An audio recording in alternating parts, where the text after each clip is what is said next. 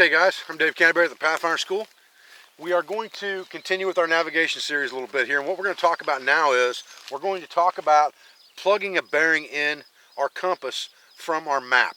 And we're not going to talk about legs or routes. We're going to talk about one single bearing, one single heading. And then we're going to talk about pacing later so that we can do dead reckoning, and we'll talk about things like resection so we can figure out where we're at on a map if we don't know. But for now, we're going to assume that we know where we're at on the map, and we're going to shoot one bearing and plug it into our compass to use for travel from point A to point B. Stay with me, guys. Okay, so we have our map laid out on the ground. Now, as a quick review, the first thing we're going to do is we're going to orientate our map.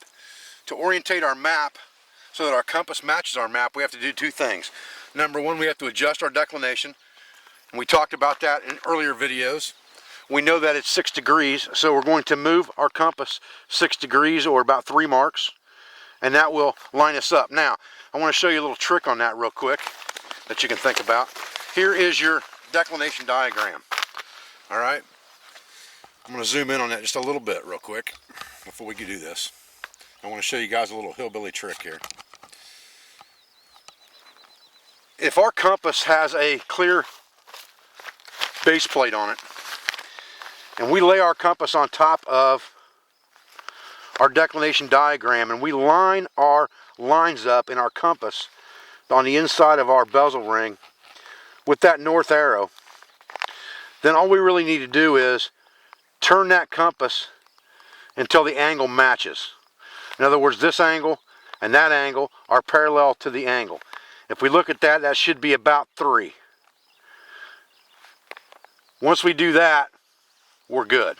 So if you can't figure out the bezel ring on your compass, or maybe it only goes in increments of 20, or whatever the case may be, you've got a cheaper type compass, but it's got a clear bezel ring on it, and it's got lines in it like this one does underneath, on the underneath side, you can put those lines, get that thing at true north, or at north on the bezel ring, line those lines up right on top of your grid north line, and then turn them so that they're at the same angle as your declination line. In this case, we have 6 degrees of westerly declination. So if I turn this to where that angle matches, and I'm right over the top of that compass so I can see it, okay, then I'm good. So again, if I put this to north and I move it here, if I move that just enough that those angles are the same, I should be able to move that compass straight over on top, and it should be right on that line, and it is. So now I know, without even looking at this, that I'm pretty close. Now, according to my compass, that's still a little bit off, but it's going to be a lot closer than if you have to just guess because you don't have anything on your bezel ring. Okay, so once we have that done, we want to orientate the map to the terrain. Now, I know I'm standing on this hilltop, but this map's just thrown on the ground, and it may not be exactly the way it should be. So what I've got to do is I've got to figure out where the north line is on this map, and this is north-south, okay? So this direction is up, and that's the north. So what I'm going to do is I'm going to have my declination set in my compass, which we just did a second ago. I'm going to lay this on a north line right in the corner. So I have a line underneath the compass, a line going along the side of the compass. And then I'm going to rotate the map until the needle's in the doghouse. Once I do that, that map matches my terrain that I'm looking at. So now I'm standing on this hilltop, and there should be another hilltop that's a little bit lower, right straight off to me at a little bit of an angle, and I know there is. Okay, so I know we're right now. Now I can use my compass to take a bearing to figure out where I want to go on this map. Very simple. Okay, now here's the part that might be a little bit confusing. What we've done is we've not only set the declination on our compass, and we rotated our map until we had the north arrow in the doghouse to orientate the map. But that really didn't orientate the map, or it really didn't orientate the compass to the map. It really orientated the map to the compass, because we already had that 6 degree differential in there.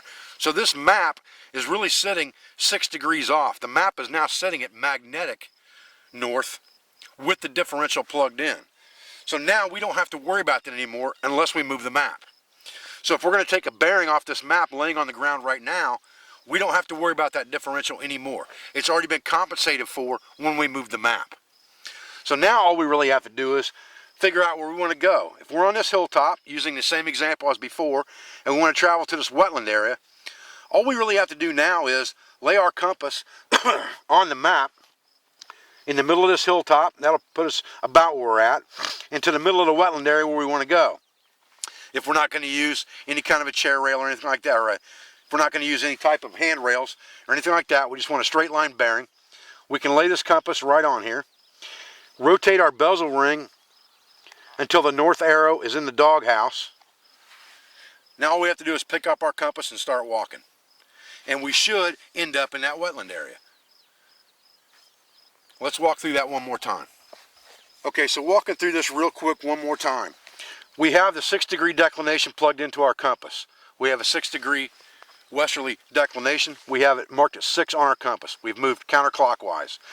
If we take this map and we put our compass base plate on a grid square in the corner, so that the corners line up on the bottom of our base plate and the side of our base plate, and we rotate this map till the needle's in the doghouse, we have now accounted for our declination difference.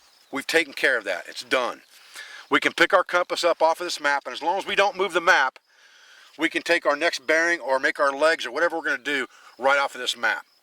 So now what we're going to do is, we know that we are on this hilltop and we want to travel to this wetland area. We're going to lay our compass right on top of it with a straight line between the two.